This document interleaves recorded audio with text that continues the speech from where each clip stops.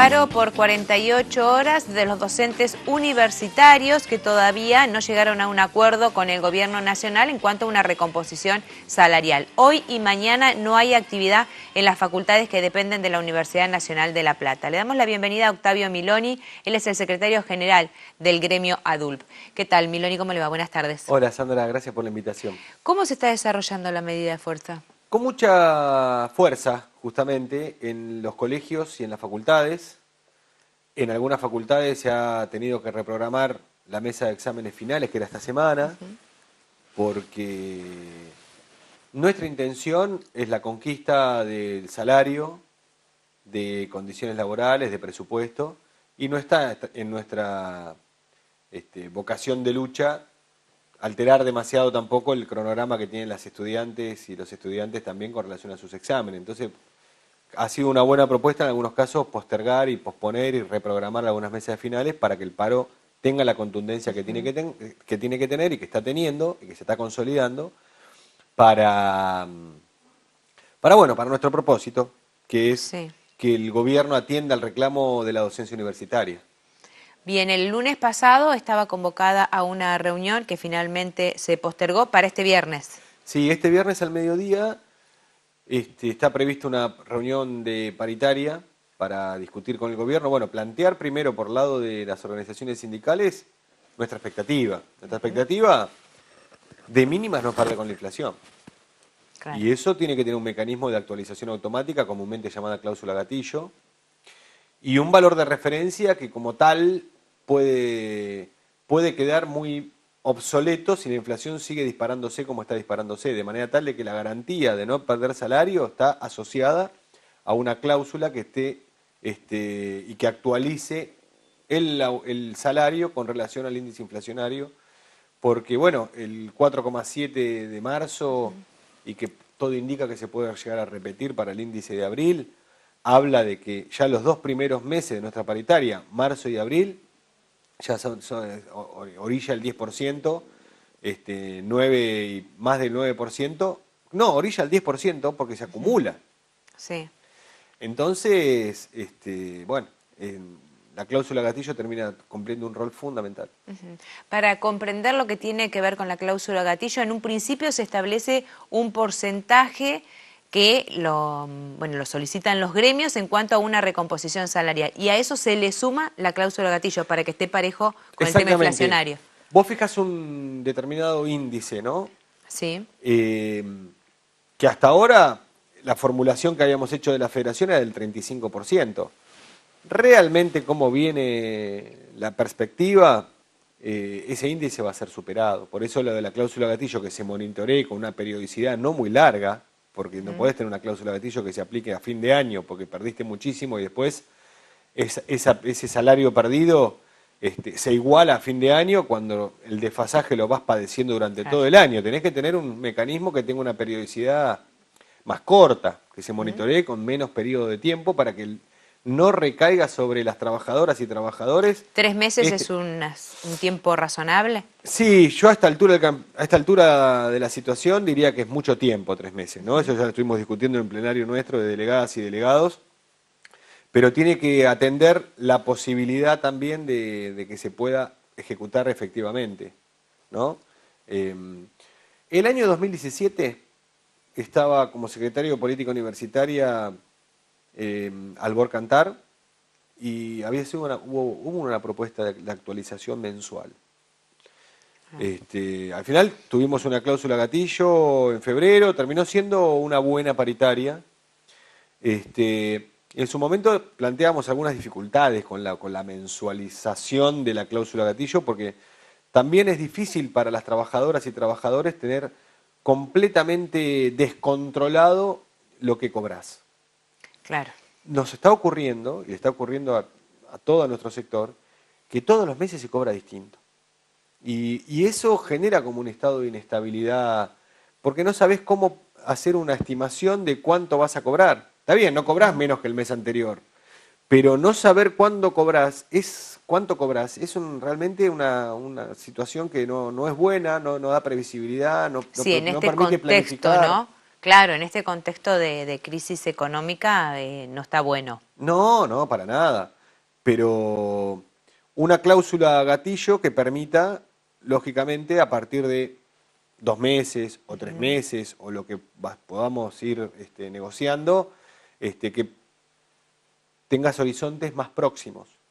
Claro. No es posible una paritaria anual firmada de manera rígida y con firma cuya próxima reunión sea de acá a un año, porque muy probablemente le erres por mucho, porque estos niveles, y no la pueden bajar a la inflación, es un fracaso de este gobierno el control de la inflación, poniendo a palabras del propio presidente la propia ineficacia, porque esto es, cada persona termina siendo esclavo de sus palabras, Sí.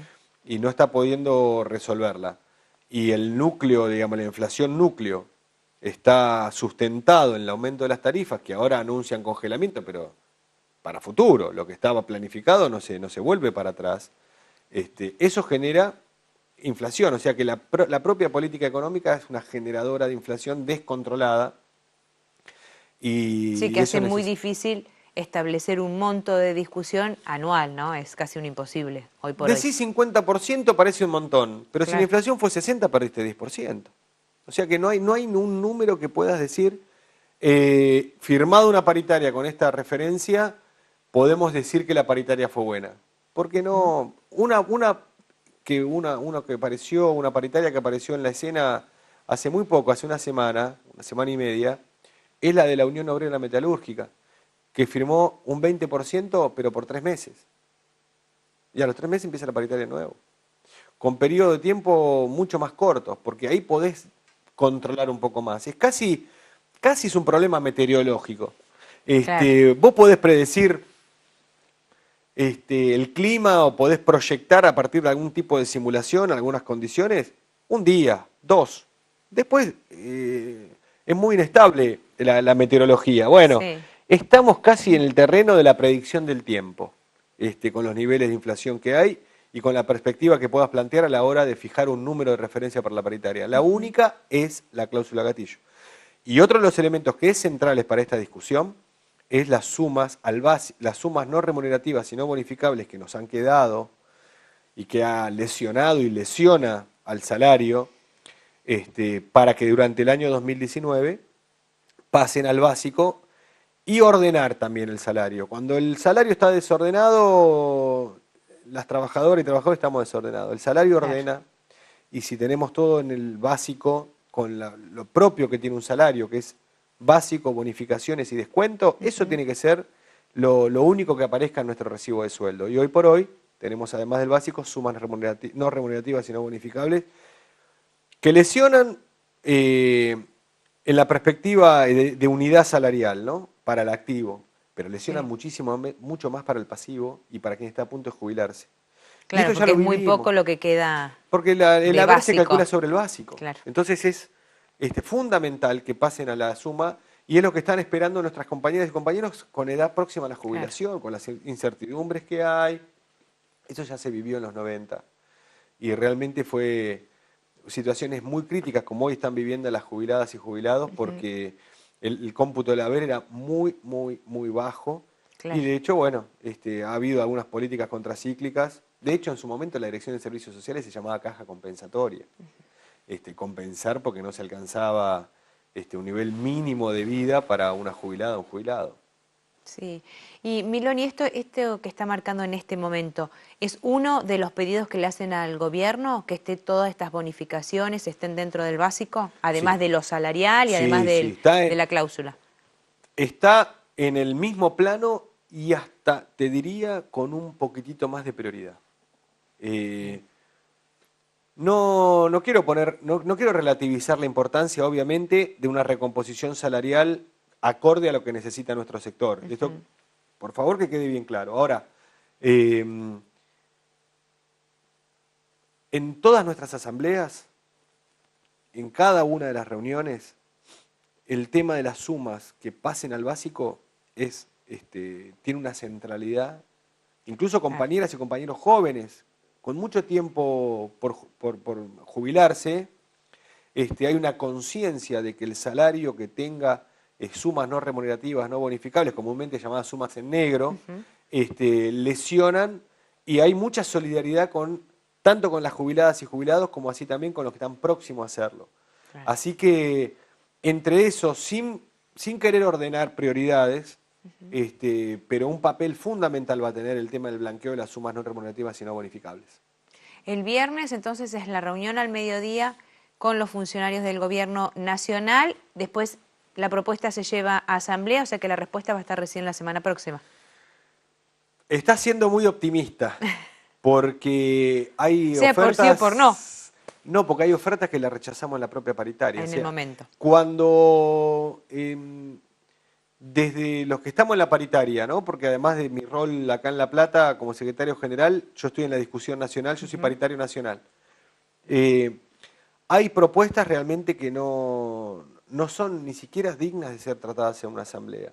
Claro. Y entre las facultades que tenemos los paritarios es de rechazo si no satisface ningún mínimo de expectativas. De hecho, cuando llega a una asamblea es porque ya como paritarios dudamos en rechazarla, porque está en juego también el salario de nuestras compañeras y nuestros compañeros, de manera tal de que cuando va a la asamblea no tiene una posición favorable, pero lo que no tiene es un descarte absoluto en la mesa de negociación. No hay un no rotundo. No hay un no rotundo, y eso tiene que ser sometido a nuestras asambleas de base para que colectivamente definamos si se acepta o no se acepta. Así que si la oferta no satisface ningún piso de las expectativas, ni lo mínimo de las expectativas, bueno, está la posibilidad del rechazo rotundo en esa misma mesa paritaria. No hay que adelantarse, porque la provincia de Buenos Aires ha tenido una paritaria que, a juicio de los compañeros y compañeras del Frente Unidad Docente, por nuestro caso, con mayor relación con el SUTEBA, porque formamos parte de la CTA de los trabajadores y trabajadoras, se pensaba que la cláusula de gatillo no existía más, y en la provincia de Buenos Aires apareció en la mesa de discusión. Corrieron los límites de los posibles con el compromiso y la lucha de las compañeras y de los compañeros, y también con la vocación que tienen las docentes y los docentes de estar en las aulas, de ejercer su rol central en la sociedad, pero no a costa de salario de hambre. Dieron esa discusión y ha sido, bueno, aceptada, y más aún, ¿no? El SUTEBA también puso condiciones para que termine de ratificarse, y el gobierno de la provincia de Buenos Aires tuvo que aceptar, y ahora es monitorear el cumplimiento, ¿no? Así que creo en la política, creo en la paritaria, y el viernes puede haber una oferta. Esperemos que vamos a esperar que haya una oferta digna de ser analizada por nuestras asambleas. Muchas gracias. No, por favor, gracias por la invitación.